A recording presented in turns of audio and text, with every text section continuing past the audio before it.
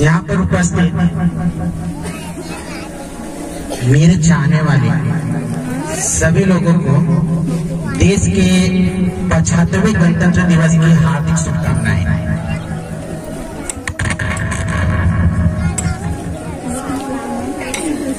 मैं अपनी बात की शुरुआत मदन मोहन समर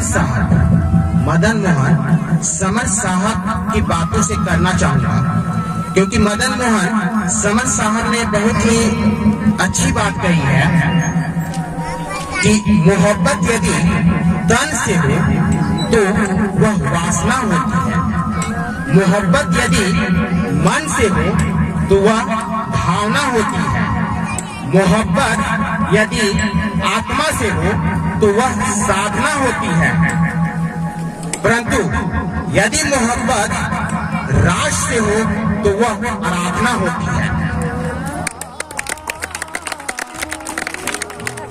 जैसा कि हमारे विद्यालय के निर्देशक सर और कुछ बच्चों ने और साथी प्रिंसिपल सर ने भी ये बताया कि आज हम ये गणतंत्र दिवस मना रहे हैं, क्योंकि आजादी तो हमें 15 अगस्त 1947 को ही मिल गई थी, लेकिन कोई भी देश पूर्ण आजाद तब माना जाता है जब उस देश के पास खुद का कानून और नियम है।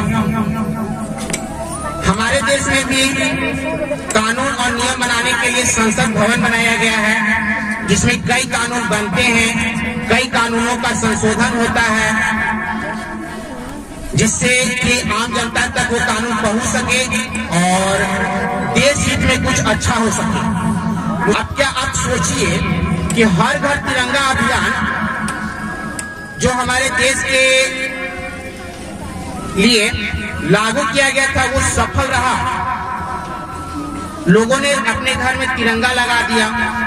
तिरंगा लगाने के बाद क्या उस तिरंगे का सम्मान हो रहा था? कुछ समुदाय के लोग तो जानबूझकर तिरंगे का अपमान किए, तिरंगे को जलाएं। क्या ये सही था? मेरे कहने का मतलब कि हमारे देश में कानून तो बन जाता है, लेकिन क्या उस कानून का पालन होता है? अरे चलिए, लोग तो कहते हैं कि कानून बनते ही है टूटने के लिए। मुझे इस बात से भी आपत्ति नहीं है कि कानून बने या टूटे, लेकिन कम से कम जो कानून तिरंगे के लिए बन रहा है, उस तिरंगे के कानून को मानते हुए हम तिरंगे का सम्मान तो करें। क्योंकि पर्वत पर्वत नदी नदी, दस को सदी सदी, कन्याकुमारी रामेश्वरम भी, गंगा जमुना की संगम भी।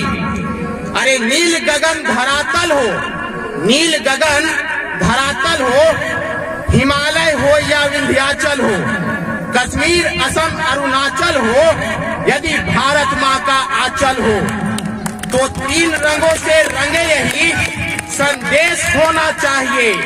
हर घर तिरंगा अभियान नहीं, ये एक कड़ा आदेश होना चाहिए। अगर हम भारत की बात करें तो हमारे भारत का इतिहास 5000 साल पुराना है। हमारी सभ्यता 5000 साल पुरानी है। चीन ज्ञान तो छोड़िए, दुनिया को अक्षर ज्ञान तक का पता नहीं था, तब हमने 4 वेदों की रचना कर डाली थी। हमारे यहाँ से निकले पत्थर कोहिनूर को कोई खरीद सके, दुनिया के पूरे दौलत में इतनी हैसियत नहीं थी। लोग कहते हैं सिकंदर महान है, खाक का सिकंदर महान है। सिकंदर के शमशीर में इतनी औकात नहीं कि किसी भी उसके सैनिक की पांव हमारे धरती पर आए और हमारे धरती का एक कण भी उनके सैनिकों के माथे पर विराजमान हो जाए। इतना सौभाग्य सिकंदर और उसके सैनिकों का नहीं था। मैंने बात किया तिरंगा का। लोग कहते हैं कि तिरंगा का क्या महत्व है, क्या है आखिर तिरंगा? इस पे मैं सिर्फ 2 लाइन कहना चाहूंगा। हिम शिखरों पर गड़ा हुआ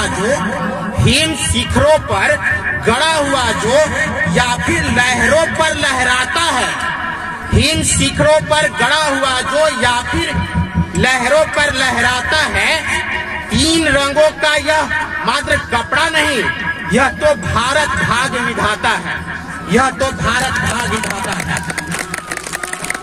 यहाँ पर सारे बच्चों शिक्षकगण का मैं शुक्रिया अदा करना चाहूंगा कि आपने